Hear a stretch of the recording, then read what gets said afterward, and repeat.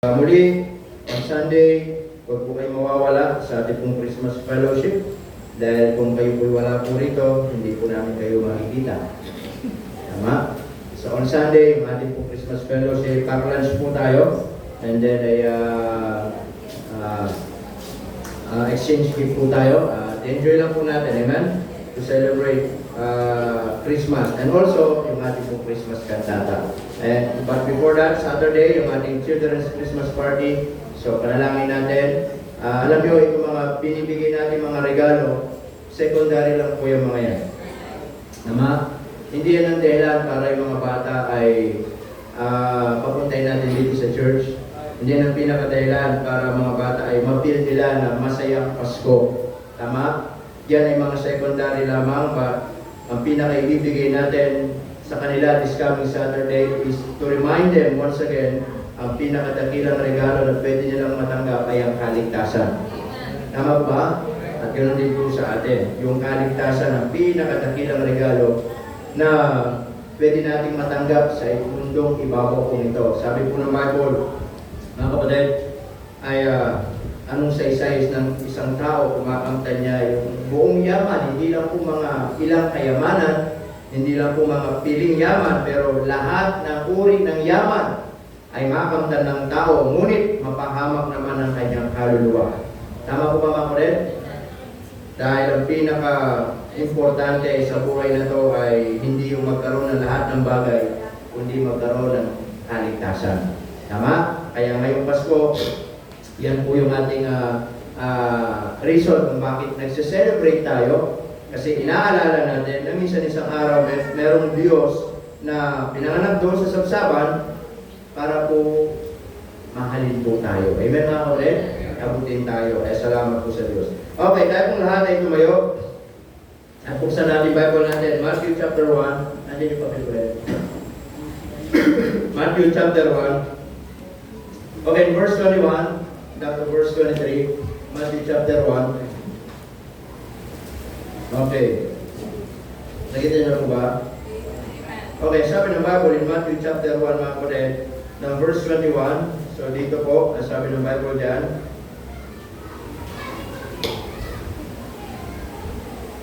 Saan yung 21 po? Ayun, in verse 21, ang sabi dyan, and she shall bring forth a son, and thou shall call his name Jesus, for he shall save his people from their sins. In verse 22, now all this was done that it might be fulfilled, which was spoken of the Lord by the prophet, saying, behold, a virgin shall be with child, and shall bring forth a son, and they shall call his name Emmanuel, which being interpreted is God with us. So tayo po mag-aral po ng salita ng Diyos sa ating pag-aaralan, God with us. Let's pray. Panginoon, salamat po ng marami. Tulungan niyo po kami ngayon pong sandali. Bigyan kami ng karunungan. And also to be reminded, Panginoon, patungkol po sa anak ninyo, Panginoon Diyos, kung ano yung kanyang ginawa para po sa amin. Buksan niyo po ang aming mga puso, ang aming mga isipan, at kami po muli ay wala pong magagawa kung kayo po wala pong gagawin sa aming pong kalagitnaan. Kayo po ang aming pinupuri sa pangalan ni Jesus. Amen. Okay, yun lang, take your seat. Okay, sabi ng Bible din, God with us. Amen? So dito, alam naman po natin yung story na merong isang anghel na nagpakita sa panaginip ni Joseph and also ni Mary para ipaintindi kung ano yung mga, especially kay Joseph, kung ano yung mangyayari para po kay Mary. Kasi ikakasal sila that time, pero masusumbungan itong si Mary na siya po'y nagdadalang tao. Kaya kay Joseph ay malaking problema yon. Pero pinaliwanag po ni Angel Gabriel na yung ipapanganak nitong si Mary ay isang tatawaging Jesus sa verse 21 at sapagkat siya magliligtas sa kanilang mga kasalanan ng mga tao. At ito'y nangyari, hindi po isang aksidente. Ito'y nangyari dahil ito po ay based on the Old Testament na inulaan na po o pinrapisay ni Prophet Isaiah na mangyayari ito sa Isaiah chapter 7 in verse 14. Isaiah chapter 7 in verse 14, sabi ng Bible dyan, in verse 14, Isaiah, nasa Solomon na. Okay, verse 14. Sabi dyan, therefore, the Lord Himself. Amen? So, napaka-importante nun, the Lord Himself shall give you a sign. So, ang Panginoon mismo ang magbibigay ng tanda. Ang sabi dyan, ang sasabihin ay, behold, a virgin shall conceive and bear a son. Ang sabi doon, and shall call his name, ang sabi? Emmanuel. So, yung pangalang Emmanuel ay pinrapisay ni Propeta Isaiah na in the future na mangyayari ay may papanganak ang isang tagapagligtas at tatawagin yung kanyang pangalang Emmanuel. At ang sabi ng Bible dyan, in verse 23, nangyari, di ba? Behold, a virgin shall be with child, and shall bring forth a son, and thou shalt call his name Emmanuel. Amen? Kaya sabi, tatawagin ninyong Emmanuel. So number one na makikita natin dito, the meaning. Okay, the meaning. Emmanuel, mga kapatid, it means God with us. Amen? The word Emmanuel or the name Emmanuel is a personal presence of God. Yung pangalang Emmanuel, hindi po yan pangalan ng isang anghel, hindi po yan pangalan ng isang propeta, hindi po yan pangalan ng isang kung sino-sino man, pero but the Lord Himself. Amen? Yan ang pangalan ng Diyos na ibinigay sa Kanya. At sabi ng Bible, the word Emmanuel in verse 23, which being interpreted for us to really understand o para maunawaan natin, ano ba yung Emmanuel? Hindi na pinahirapan ng Diyos, hindi na tayo pinahirapan ng Panginoon para hulaan ano ba yung pangalan ng Emmanuel. Ano ba ang ibig sabihin ng Emmanuel? Pero sabi ng Biblia, ang ibig sabihin ng pangalan Emmanuel, ang Diyos ay sumasa atin. Amen. Amen mga kapatid? That is the meaning of Emmanuel. It is a personal presence of God na gustong ipaunawa po sa atin na yung sanggol na ipinanganak doon po sa pasagsaban ay hindi lang po basta isang regalo at pagkatapos natanggap natin ay wala na. Ang regalong yung nakaloob po sa atin ay isang persona. Amen? At yung regalo na yon, hindi yun napapalitan. At yung regalo na yon, mga kapatid, hindi yun nawawala sa atin. Yung regalo na yon, hindi lang yun mararamdaman natin kapag magandang buhay natin. Na yung Emmanuel na yon, hindi natin ma-experience, hindi natin ma-feel kapag okay yung buhay natin. Alam nyo, even to the point na marami tayong problema, na marami tayong pagsubok, na marami tayong mga pangangailangan, na marami tayong pinakaharap sa buhay, yung pangalan Emmanuel, hindi po nagbabago yun sa buhay natin. Amen mga kapatid? And wherever you are, wherever we are, hindi lang natin nararamdaman yung pangalan Emmanuel kapag nasa church tayo, kahit nasa trabaho tayo, nasa school tayo, o kahit nasaan man tayo, yung pangalan Emmanuel, yun yung pangalan ni Jesus, nung tinanggap natin, lagi natin siyang kasama. Amen mga kapatid? At hindi ba tayo masaya, mga kapatid, na yung Emmanuel na yun, nang ibig sabihin, ang Diyos ay sumasa atin. Tama mga kapatid? Hindi na natin kailangan yung ginagawa ng mga Katoliko. Dapat sisimba, peace be with you. Peace be with you. Tama mga kapatid? Ha? Pagkakaya ka bago umuwi, di ba? Oh, peace be with you. Alam niyo, hindi natin kailangan gawin yun. Kahit mag-isa ka lang, kasama mong Diyos. Amen mga kapatid? Kahit marami tayong mga problema, yung sabi ng Bible, mga kapatid, the meaning of Emmanuel is God is with us. Amen? Ito yung personal presence of God. Hindi po angel yung Emmanuel. Hindi po angel ang bumabantay sa atin. Hindi po angel ang siyang pumuprotekta sa atin. Hindi po angel ang siyang gumagabay sa atin araw-araw sa buhay natin. Hindi po, mga kapatid, yung Emmanuel, God is with us. Amen?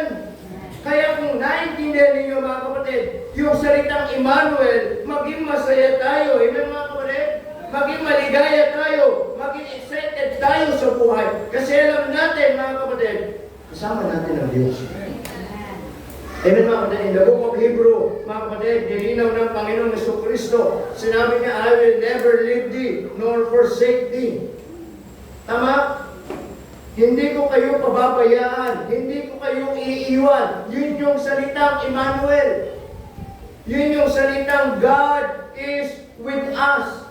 Yun yung ibinigay ng Diyos sa atin. Yun yung ipinanganak po sa sabsaban na sabi, ipapanganak ang isang tagapagligtas at tatawagin niyo siyang Emmanuel. Nang ibig sabihin, ang Diyos ay sumasa inyo. Ang Diyos ay sumasa atin. Amen, mga kapatid? Not only the meaning, but also the man. Amen, nakita natin, mga kapatid, Emmanuel is a personal presence of God. Makikita natin, secondly, the man. Amen? Not only the personal presence of God, but also the power of His presence. Ang sabi ng Bible dyan, in verse 23, Behold, a virgin shall be with child and shall bring forth, ano sabi doon? A son. Tama po ba? A son. And they shall call his name Emmanuel, which being interpreted is what? God is with us. In verse 21, and she shall bring forth a son, and thou shalt call his name Jesus, for he shall save his people from their sins. Not only the meaning, makikita natin the word Emmanuel, mga kapatid, the personal presence of God, but also the man, the power of His presence. Sino yung sinasabi dito kasama natin? Ang Diyos mismo. Amen po ba, mga kapatid? He did not just send a message, He did not just send an angel, but He came.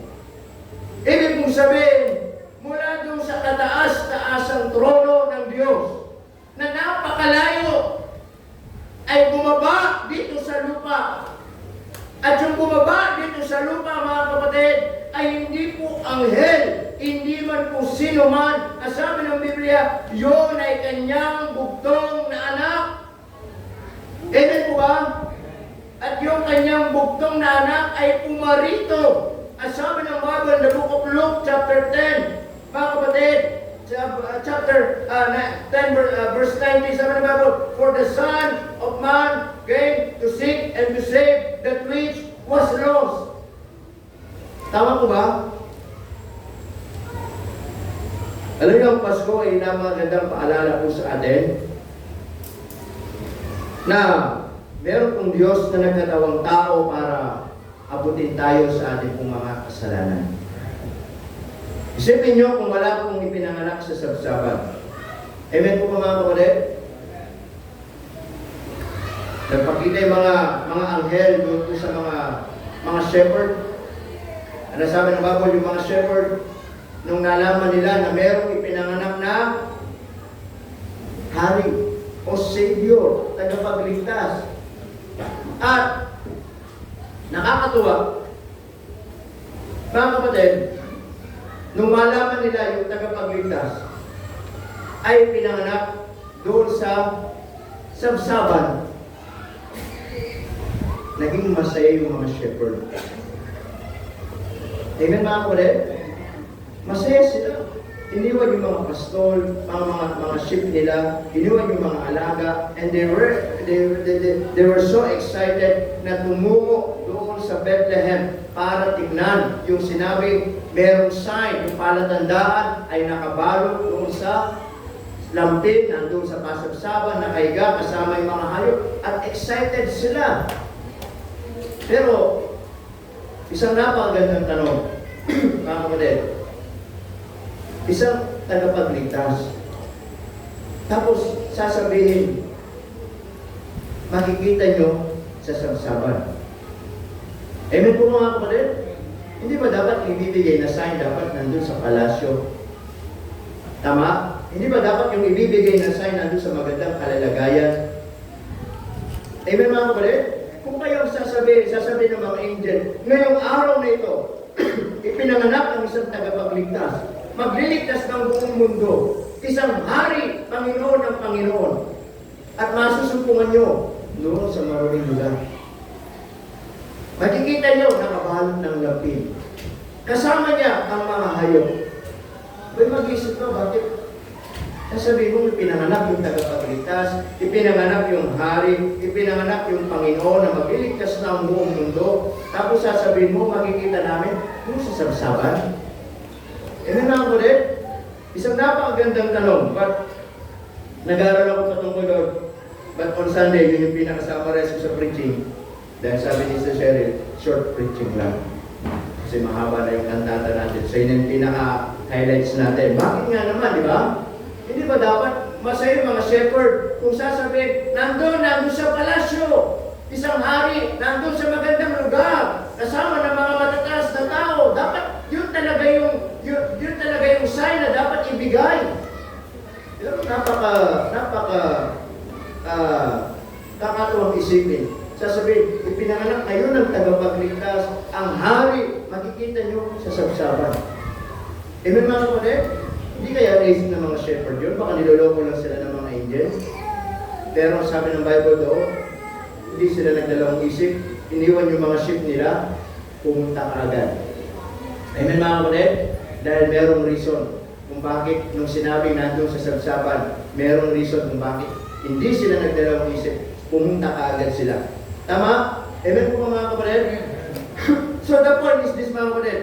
So the power of His presence. Hindi lang siya, mga kapatid, nandun sa trono, kundi bumaba po dito sa lupa. At sabi ng Bible dyan, siya mismo yung bumaba, siya mismo yung nagkatawang tao, siya mismo yung namatay sa krus, siya mismo yung nabayubay, siya mismo yung nalibing, and after 3 days, siya mismo yung nabuhay, at pagkatapos, siya mismo yung nangako umakyat sa langit at babalik at kukuhanin tayo. Amen mga kapatid? Kung sino yung ipinanganak sa sabsaban, yun din yung kukuha sa atin balang araw. Amen mga kapatid? He did not just send a message, but He came, and that man, ang sabi ng Bible, is none other our Lord Jesus Christ. Amen? In verse 21, and she shall bring forth a son, and thou shalt call his name Jesus. The word Jesus means yun yung kanyang earthly name. Amen?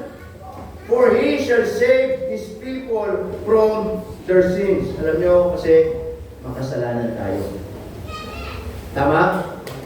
Not only the man, but also the message. Not only the man, but also the message. Amen?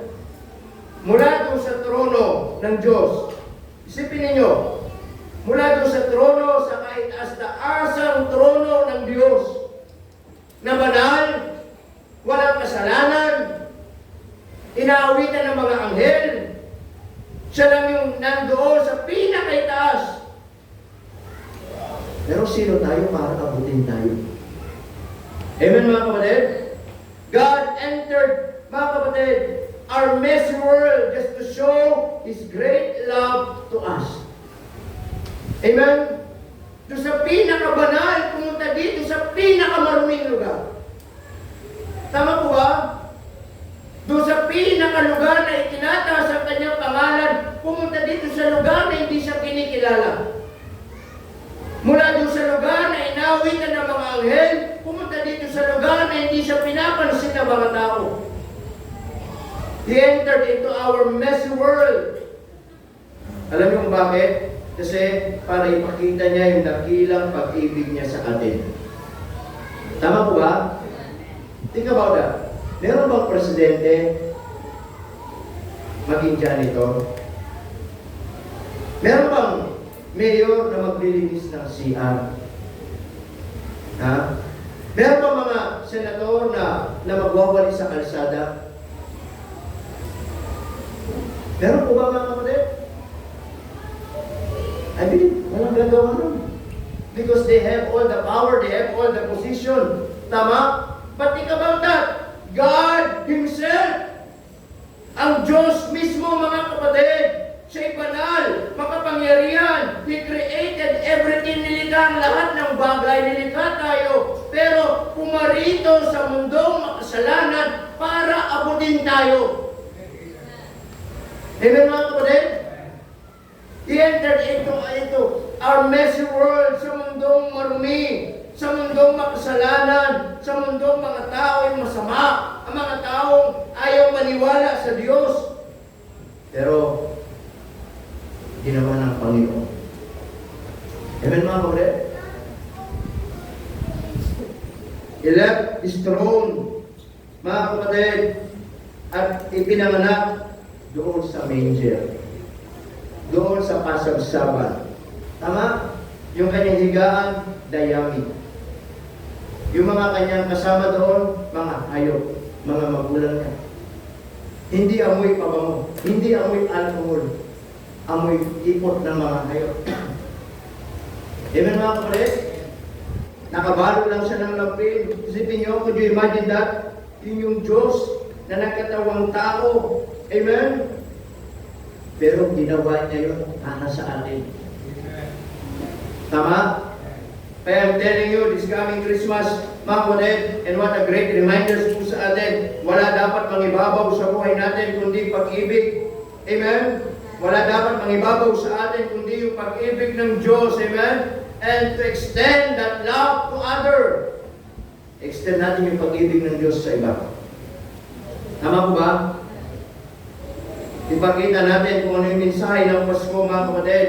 Ano yung mensahe ng Emmanuel? Ano yung mensahe ng Diyos na nagkatawang tao? It's so simple. Ang Diyos na nagkatawang tao, mga kapatid, para abutin tayo sa ating mga kasalanan. And that is the same way na ipakita natin yung mensahe para sa ibang tao. Na ang Pasko, hindi lang po patungkol sa regalo. Ang Pasko, hindi lang po patungkol sa mga aginaldo. Ang Pasko, hindi lang po patungkol sa mga magagarang kasuotan o masasarap na pagkain. Ang Pasko, hindi po sa mga magagarang dekorasyon. Ang Pasko ay patungkol sa anak ng Diyos na nagkatawang tao para abutin tayo mga tao makasalanan at iligtas tayo at bigyan tayo ng buhay na walang hanggan. Amen, mga kapatid? Tandaan natin, especially we, human, we are all special to God. Amen? Mas special tayo sa harapan ng Diyos. Tayo ko sinasabi yan. Tama? We are not just His creation. Lagi natin tatandaan. We are not just His creation. We are His beloved child. Hindi lang tayo basta nilikha ng Diyos. Tandaan natin, tayo ay mga anak ng Diyos. Amen, mga kapatid? Tayo ay mga anak ng Diyos. Kaya sa amin ng Bible, mga kapatid, and they shall call His name Emmanuel, which being interpreted is God is with us. Amen? So lagi natin tatandaan, just reminders po sa atin. The word Emmanuel means God is with us. Nasaan ka man, tandaan mo, kasama mo ang Diyos. Amen? Tama po ba? The word Emmanuel, hindi po siya pampaswerteng pangalan. Hindi siya kapag may problema nga, kailangan mo ng pangalang Emmanuel. Hindi siya parang hindi po siya isang lucky charm or lucky name na kakailanganin mo lang kapag kailangan mo ng tulong. Hindi po. Amen, mga kapatid?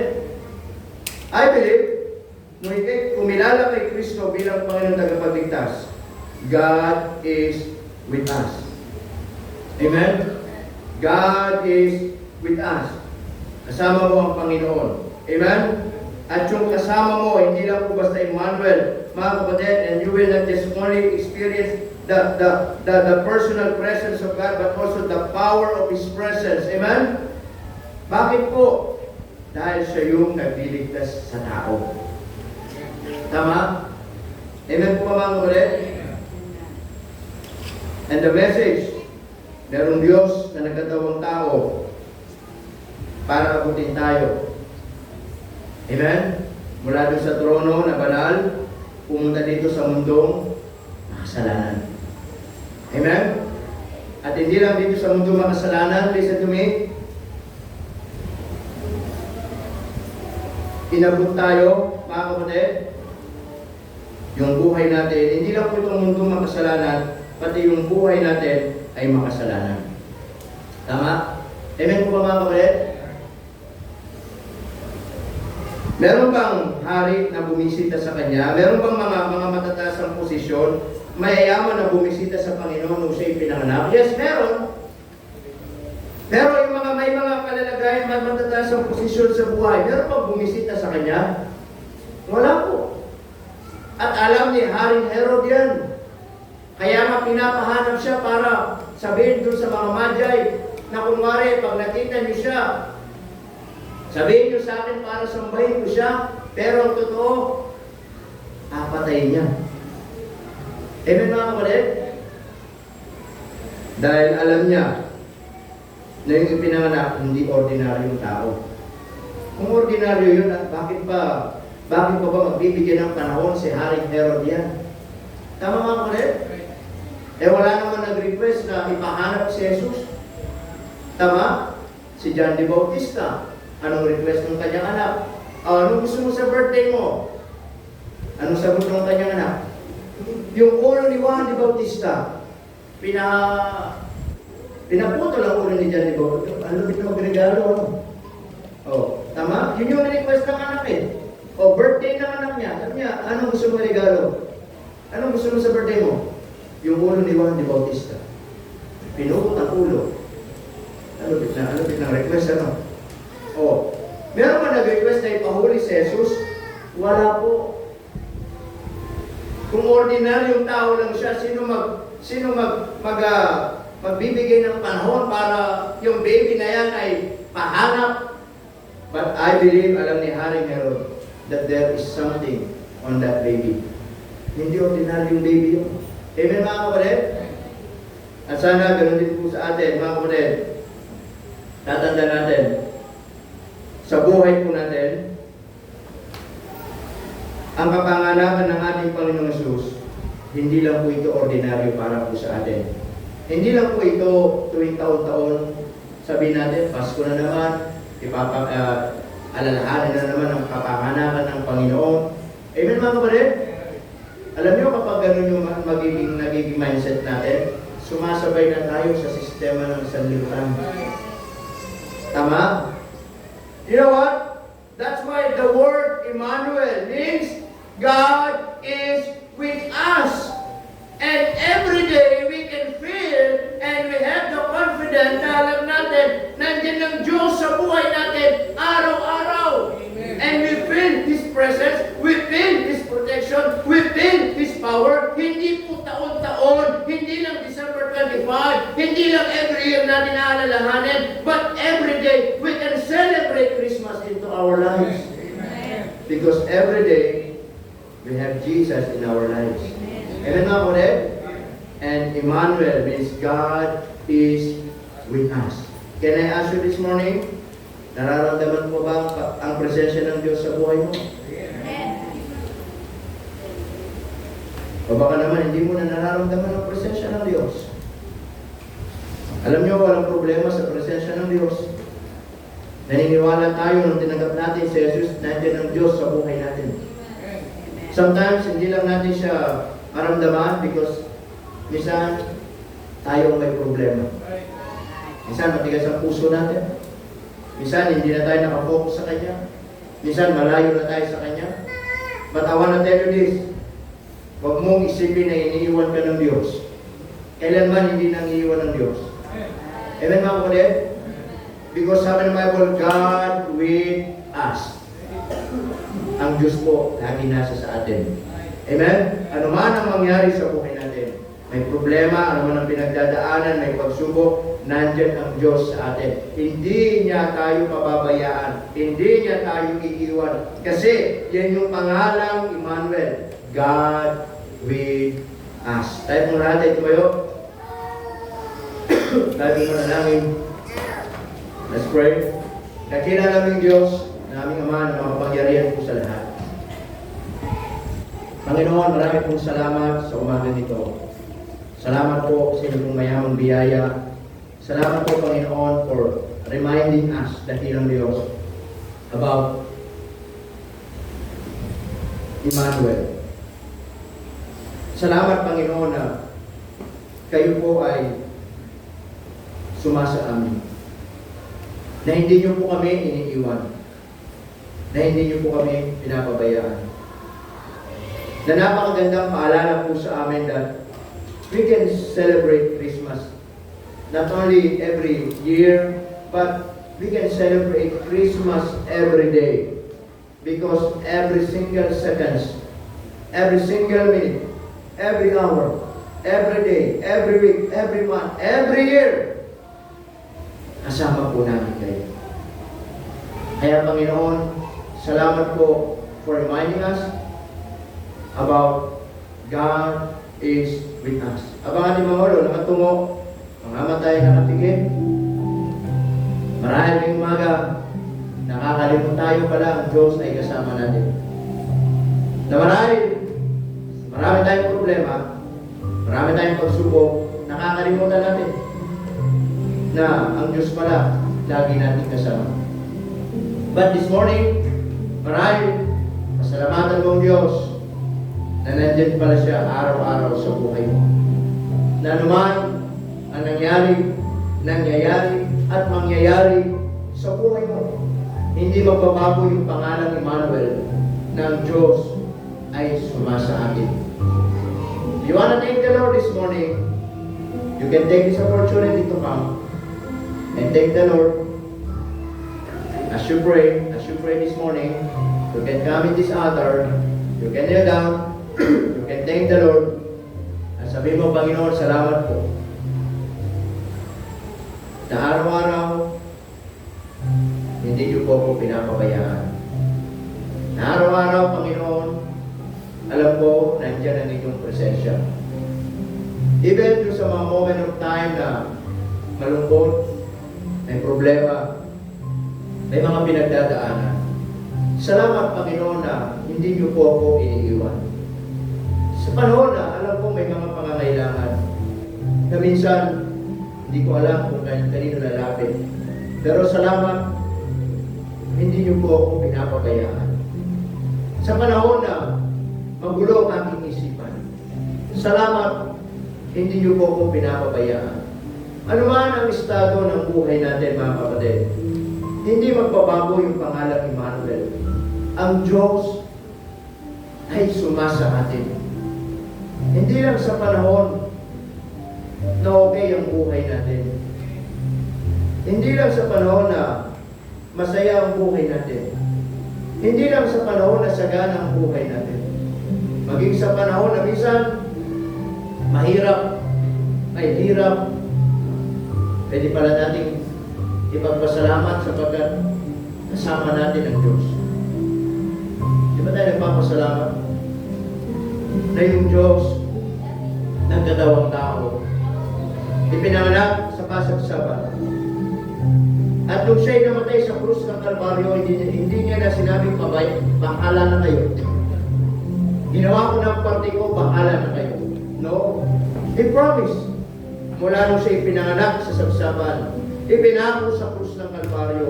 Nung siya'y namatay, nalibing, pagkalipas ng 3 araw na buhay muli, bumalik sa langit, hanggang siya po'y babalik muli na nangako sa atin. Hindi tayo iiwan at hindi tayo mababayaan. Yan ang pangalan ni Emmanuel. God is with us. Panginoon, marami pong salamat for reminding us about the name Emmanuel. We thank you, Lord, for once again for encouraging us na ang Diyos ay sumasa amin. Ng Diyos na banal, Diyos na nandun sa trono, ay bumaba dito sa lupa para samahan po kami. Salamat po dakilang Diyos sa patuloy na paalala niyo po sa amin na ngayong Pasko, hindi po ang mga bagay na material ang magpapasaya sa amin.